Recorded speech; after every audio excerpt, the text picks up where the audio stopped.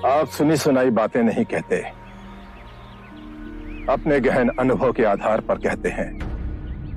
आप धर्म और सिद्धांत की नहीं, देखी हुई बातें कहते हैं। आपने कहा कि मुक्ति का मार्ग है अपने विवेक को जगाना और गूढ़ ध्यान में लिप्त हो जाना, जिससे मनुष्य स्वयं को और इस संसार को भली भांति समझ सकता है।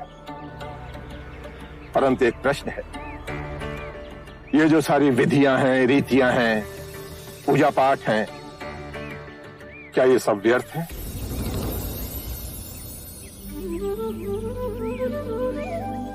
यदि कोई व्यक्ति इस नदी के दूसरे किनारे पर जाना चाहे तो वो क्या करे?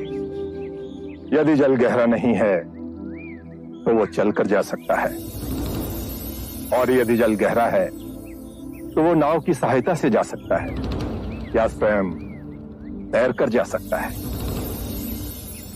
यदि वो चलना ना चाहे और ना ही तैरने को तैयार हो और ना ही नाव ले जाने को तैयार हो, और वो कहे कि मैं प्रार्थना करता हूं इस नदी का दूसरा किनारा स्वयं चलकर मेरे पास आ जाए, तब तो ऐसे व्यक्ति को मूर्ख कहेंगे, महामूर्ख। इसी प्रकार यदि व्यक्ति अज्ञान और भ्रांति को अपने विवेक से मिटाएगा नहीं तो परम आनंद और मुक्ति के दूसरे छोर पे कैसे पहुंच पाएगा? चाहे वो पूजा करे या अनुष्ठान या व्रत करे या किसी नीति पर चले, वो इस किनारे ही रहेगा। दोस्तों, आज का मनुष्य सुख और शांति बाहर ढूंढ रहा है। जब तक अपने विवेक से अपने अंतर का ज्ञान वो नहीं मिटाता, वो सुख और शांति प्राप्त नहीं कर पाएगा। इसलिए यह जरूरी है कि आप अपना मार्ग खुद ढूंढें।